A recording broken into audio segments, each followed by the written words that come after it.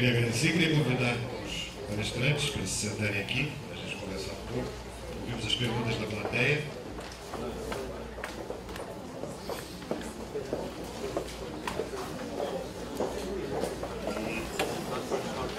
Eu vou fazer a primeira pergunta.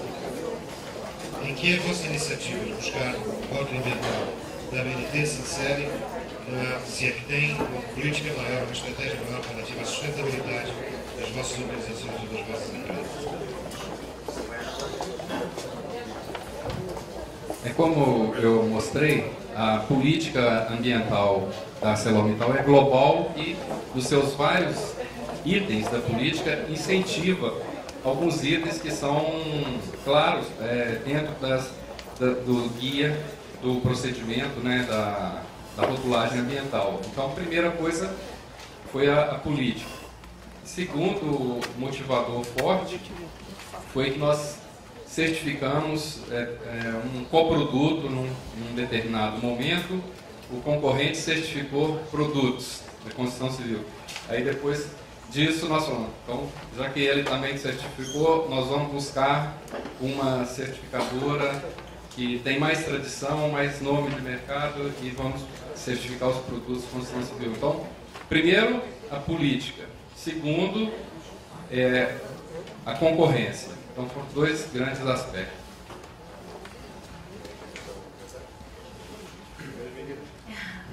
Então, a Evonik trabalha muito fortemente focada nessas mega tendências e a busca pela BNT, primeiro que é um órgão extremamente reconhecido no Brasil na área técnica, no setor de sinalização horizontal, existem as normas técnicas, logicamente, para os produtos, e então o nome ABNT já é bastante reconhecido. E a introdução pela Evonik do rótulo ecológico para o plástico a frio, à base de garrute. Falei rapidamente, mas não sei se ficou claro que a Evonik não fornece o plástico a frio, nós fornecemos a matéria-prima para o plástico a frio, mas nós temos o rótulo ecológico para o plástico a frio, que é um sistema de sinalização. E por quê? A intenção é mostrar justamente que performance, desempenho, durabilidade traz benefícios para o meio ambiente. Então, essa foi a intenção de trazer informação para o mercado, como é uma empresa alemã. Nós temos também a questão de responsabilidade social, trazer informação. Como eu mostrei também, nós temos feito vários eventos relacionados à década de ação para a segurança viária. Então, a ideia é trazermos o conceito de segurança e sustentabilidade, conciliando para que nós possamos ter estradas mais seguras, estradas mais sustentáveis para o nosso país. No setor, no caso do pneu, não está na responsabilidade do reformador quão longa será a vida desse pneu. Está na mão do transportador em usar bem esse produto. E também está na mão do transportador quando esse pneu chega ao seu fim, quando ele se torna inservível, e que forma destinar esse pneu de forma adequada e de forma ambiental. Então, dentro do rótulo, cabe ao reformador também orientar o transportador a usar melhor o pneu, a usar bem calibragem, rodízios, toda a forma adequada de uso. Ele está aumentando a vida útil e postergando o lixo e também ajudando a destinar de forma correta, a não jogar esse pneu em qualquer lugar, a levar em pontos de coletas que hoje já são obrigatórios pelas prefeituras para uma destinação correta ambiental. Como eu falei na apresentação, é uma política da nossa empresa buscar as certificações, não só pelo aspecto de concorrência, mas pelo aspecto socioambiental. Isso é muito importante para nós. Sem dúvida alguma, todas as certificações que nós buscamos através da própria ABNT, que são as normativas que regem toda a parte de ergonomia, foram muito importantes para a Artline nos últimos anos. Mas a rotulagem ambiental é que tem nos trazido um conforto muito maior com relação ao mercado privado. E eu espero que isso ocorra em breve com o mercado público também. Já tem uma pessoa que pediu uma pergunta. Mais outra ali atrás. Yes, it's in English, so We've been doing the research, Fundecion Chile has been doing the research on the Southern Cone region, and one of the big barriers that's been mentioned today is this additional cost coming up to gain the eco-label recognition. And with you guys already being able to achieve ABNT, specifically with respect to the tire industry and the very small businesses that were able to achieve the label, I just wanted to know if you felt that this actually is a barrier after your experience of going through the process of achieving recognition. And following from that, what recommendation you might have to help that process more in the future for the other countries in the region that are just starting to get smaller businesses and a range of size of businesses to get that recognition.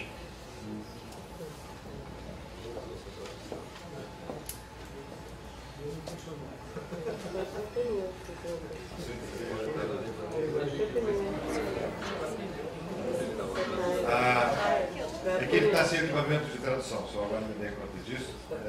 Vou pedir para você repetir e ver onde é que está o seu equipamento. Eu tento traduzir isso.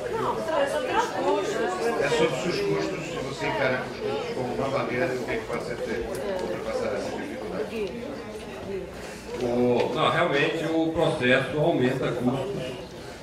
Você tem algumas reduções em insumo de energia, em insumo de água, mas no geral você tem um pouco mais de custo no controle, no manuseio, aquisição de produtos. Muitas vezes você vai ter que buscar matérias-primas também qualificadas e você é obrigado a entrar em produtos um pouco mais caros no mercado. Então hoje realmente agrega custo à empresa.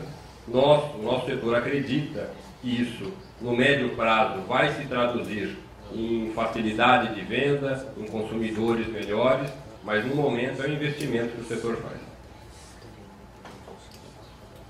And just in the case of the very small businesses that you were able to gain recognition with, how were they able to do that with this additional cost?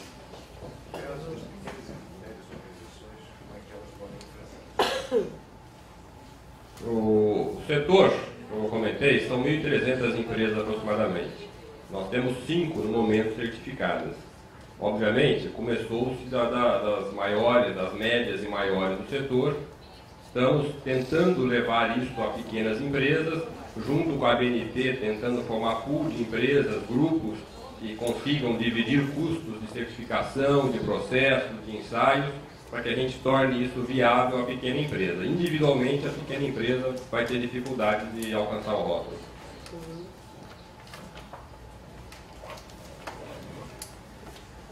Obrigado.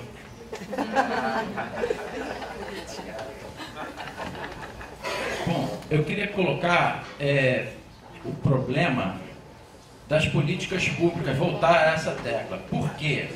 No problema dos pneus, existe uma legislação, inclusive aqui no governo do Estado, de reaproveitamento de pneus inservíveis, né, para aproveitamento energético, indústrias de cimento, etc, etc. Que isso também gera passivo ambiental, problema de resíduos atmosféricos, né, e na realidade obriga a explorar mais recursos naturais. Você vai, descarta o resíduo na indústria de cimento, tem que pegar mais material da natureza para produzir mais pneu, onde nós temos na nossa mão uma rotulagem ambiental feita pela ABNT de reaproveitamento do material, que infelizmente a política pública não está absorvendo essa prática sustentável para poder, ao invés de estimular os pneus coletados inservíveis e jogar em fábrica de cimento, de estimular a indústria da reciclagem sustentável com a rotulagem, para que ela tenha mais mercado e ela comece a se ampliar e viabilizar.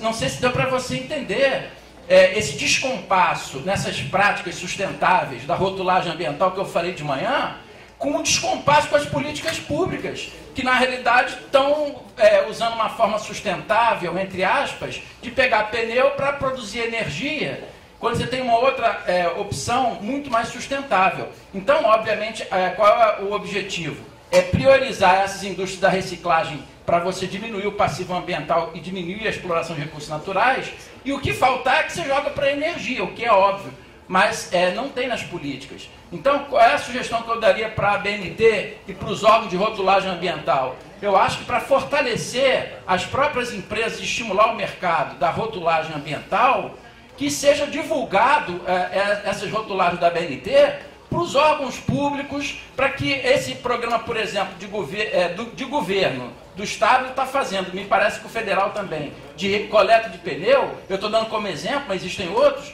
que possa ser incluído nesse programa, ao invés de descartar tudo para a fábrica de cimento, começar a estimular a indústria nova que já está certificada pela BNT, que é muito melhor para o país e preserva os recursos naturais. Eu acho que tem que ter uma atividade proativa dessas entidades de rotulagem ambiental para poder estimular o processo das políticas públicas que estão na contramão da sustentabilidade. Obrigado.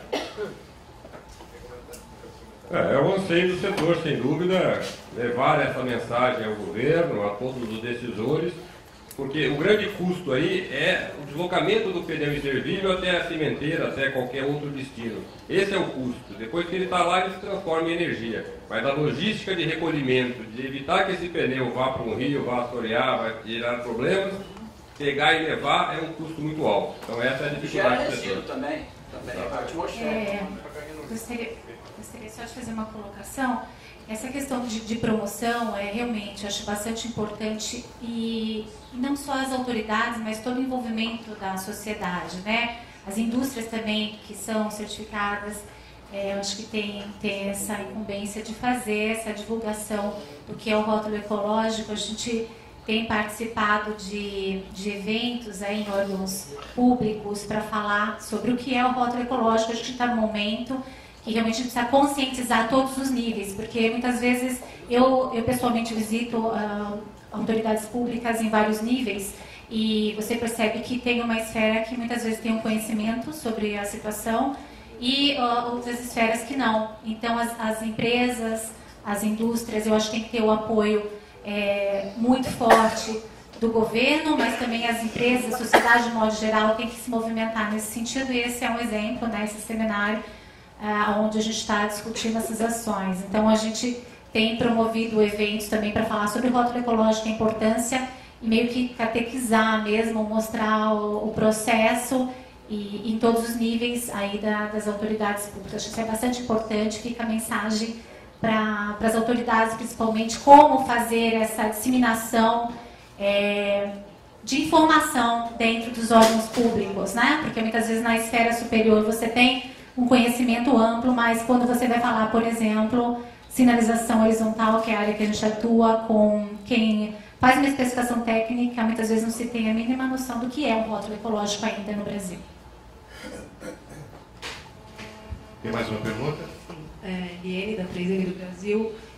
Gostaria de saber quais foram os maiores desafios nesse processo de certificação para obtenção do selo e o payback que vocês tiveram para compensar esse investimento.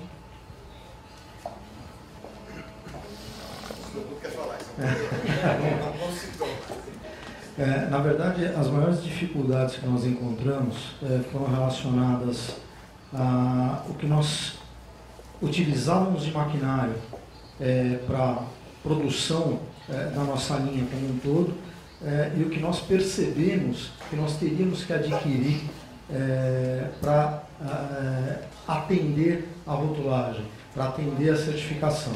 Isso, de um modo geral, qualquer empresa teria que fazer pensando em melhoria contínua de processos. Mas, como impacto, que foi a pergunta, foi o que nós mais sentimos, quer dizer, foi um investimento muito grande com relação a isso. A segunda parte da pergunta foi?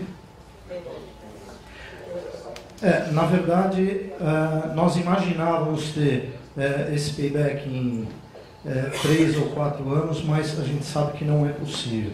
É uma medida adotada para longo prazo.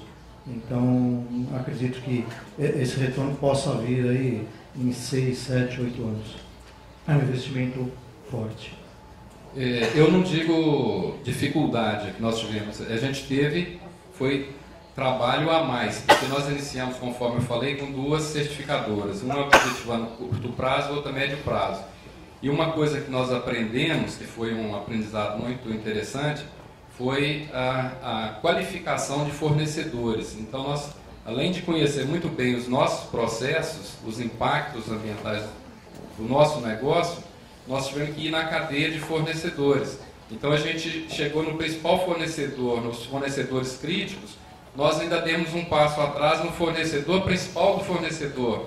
E fizemos até um desenvolvimento, a gente tem um programa que a gente intitula Sustentabilidade e Responsabilidade Social. Vou citar aqui um exemplo de fornecedores de cálice. Nós colocamos no primeiro momento, em 10 módulos, um programa para treinar, para desenvolvê-los, porque a gente viu que estava uma necessidade muito grande. Então a gente teve investimentos, e hoje, naquele primeiro momento que eles assustaram os concorrentes no mesmo ambiente como o nosso aqui, no final eles estavam vendo possibilidade de parcerias. Às vezes eles tinham na mesma região 2 laboratórios, eles começaram a perceber que eles poderiam ter programas de desenvolvimento com apoio, no caso nosso, da Federação das Indústrias de Minas. Então foi um trabalho de desenvolvimento da cadeia de fornecedores. E como resultado, a gente percebeu nesse trabalho das certificações uma demanda muito forte das construções sustentáveis. Então a gente viu a importância do aço na construção sustentável, pelo fato que eu destaquei, o conteúdo reciclado e o critério de regionalidade. Isso dá pontos importantes na certificação da LEED, que é Leadership in Energy and Environment Design, que é uma certificação americana, que é muito usada aqui no Brasil e cresce assustadoramente. Hoje o Brasil é o 4º país no mundo em termos de construções sustentáveis. E às vezes quem indica o produto ou a nossa empresa para fazer um determinado negócio é às vezes uma consultoria que presta serviço para uma grande construtora. Então esse é um ganho que não tem como mensurar. Nós percebemos que às vezes não é o nosso vendedor que está fazendo um grande negócio, às vezes é um consultor que está falando, se você compra o aço dessa empresa, o conteúdo reciclável dele é maior e tem um critério de regionalidade, ou seja, a fábrica dele está próximo do seu empreendimento. Então a questão de emissões de gases de efeito estufa é muito menor, então isso vai te dar uma pontuação maior na LEED. Então isso já pagou o investimento. Na transformação da empresa, o maior trabalho foi transformar as pessoas, foi colocar na cabeça de todos a necessidade de pensar diferente, de agir diferente. E quando eu falo todos, eu falo da diretoria até o chão de fábrica, porque a dificuldade é a mesma muitas vezes. A gente como diretor dando startup no processo, exigindo o processo, muitas vezes aparece uma despesa, uma situação inesperada, e fala mais isso, mais aquilo, e você tem que também se convencer daquela necessidade e continuar persistente naquilo. E o chão de fábrica, que está acostumado a fazer aquela situação idêntica há 20 anos, ele tem dificuldade de uma coleta seletiva, ele tem dificuldade de economia de energia, economia de água, assim por diante. Então a transformação do ser humano é a parte mais difícil. Quanto ao retorno, talvez hoje tenhamos iniciado o maior dos retornos que o setor queria, porque a ideia inicial era realmente mostrar que o setor economiza com petróleo, melhora a situação ambiental, e hoje, falando para toda a sociedade, falando para ministérios, para órgãos públicos, a gente inicia o retorno como associação. Como empresa, individualmente, o retorno ainda virá, com certeza, ainda é investimento. Nessa perspectiva, o processo brasileiro de desenvolvimento de processos de compras sustentáveis pode ser um estímulo para acelerar o processo de retorno? Sem dúvida. Como eu citei, eu vejo, por exemplo, nas grandes obras, para os 2 importantes eventos, Copa do Mundo e Jogos Olímpicos, se os grandes construtores, ou o próprio governo, às vezes, é o dono dos estádios do futebol do país que está fazendo as melhorias para a Copa do Mundo. Então, se o investidor, o banco que está financiando, ele tem lá o critério de sustentabilidade, elencando os pontos para compras de produtos ou serviços sustentáveis, isso é uma forma de alavancar. E se, dentre vários fornecedores, um deles é certificado no rótulo ambiental, pode ser um diferencial para decidir a favor daquela empresa.